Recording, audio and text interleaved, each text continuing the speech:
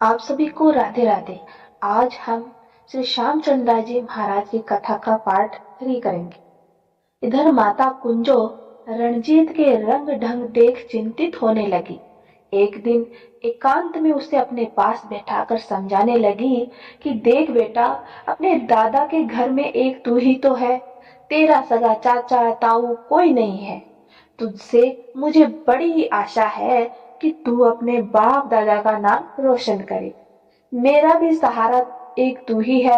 मैं तुझे देख देख जीऊंगी, पर तू तो किसी की सुनता ही नहीं, बस अपने मन की ही करता है।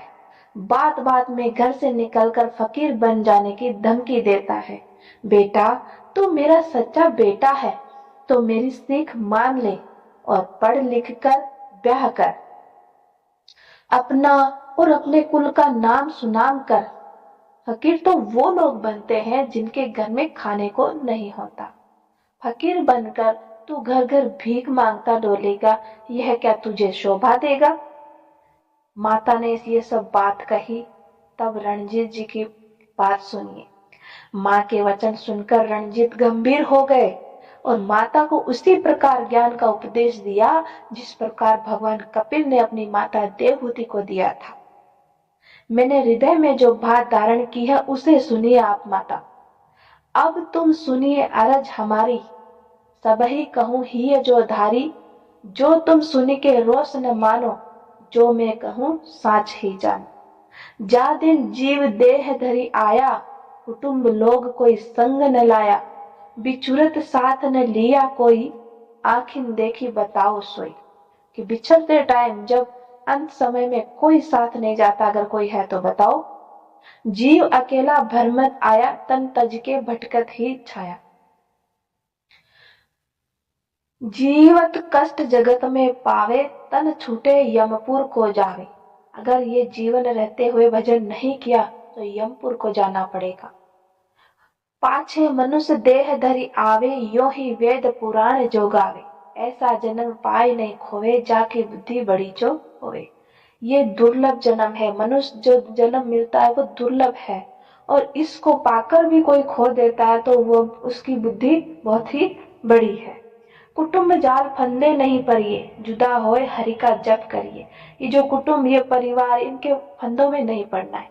भगवान का भजन करना इन सब से अलग होके। गर्भ योनि में फिर नहीं आवे, 84 यमदंड न सावे। इकोत्र में कुल अपने तारे, और जगत के जीव उबारे। कछु कामना ही न राखे, आशा तृष्णा सब ही नागे।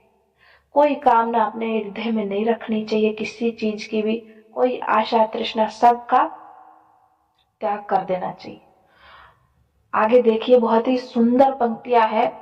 भूमि तजी धन्यु तजो, तजो नारी को रूप। जिनके आगे तुच्छ है छत्रधारी भूप।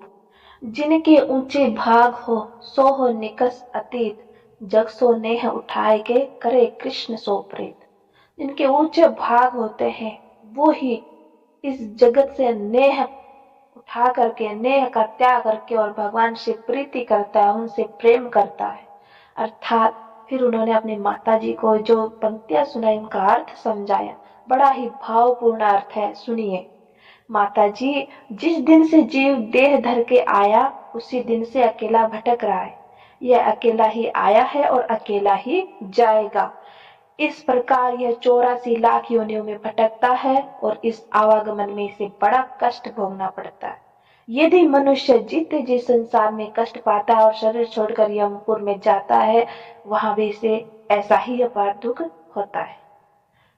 क्योंकि अंत में इसे मनुष्य जीव जो जन्म मिलता है, माता जी बुद्धिमान उसी को समझो जो मनुष्य शरीर पाकर इसे व्यर्थ नहीं खोता, बल्कि कुटुंब जाल से छूटकर भगवान का भजन करता है। जो संसार बंधन में न पड़कर विरक्त हो जाता है, कोई कामना हृदय में नहीं रखता है, केवल परमात्मा को ही अपना समझता है, वह फिर गर्भ में नहीं आता। वह अपने कुल की 71 पीढ़ियों के साथ संसार के बहुत से जीवों का उद्धार करता है। माता जी, आपने कहा कि पढ़ लिख कर परिवार का नाम करो। मैं तो कहता हूँ जिन्होंने भूमि, धन, नारी सब कुछ छोड़कर भगवत भजन का मार्ग अपना लिया है, उनके आगे बड़े बड़े छत्रधारी राजा भी तुच्छ है। जिनके भाग ऊंचे होते हैं वही संसार से नेह का नाता तोड़कर फकीर होकर भगवान श्री कृष्ण से अपना नाता जोड़ते हैं और उनसे प्रीति करते हैं। पुत्र के मुख से जब ऐसे वचन माता ने सुने तो नेत्र खुल गए, मानो कि इसी क्षण की देरी थी। मन का भ्रम जाता रहा। बालक के मुख से इस प्रकार का तत्व उपदेश सुनकर बड़ा अचंभा हुआ माता। तभी माता ने वही एक बात कही, ऐसा ज्ञान कहाँ से पाया तुमने?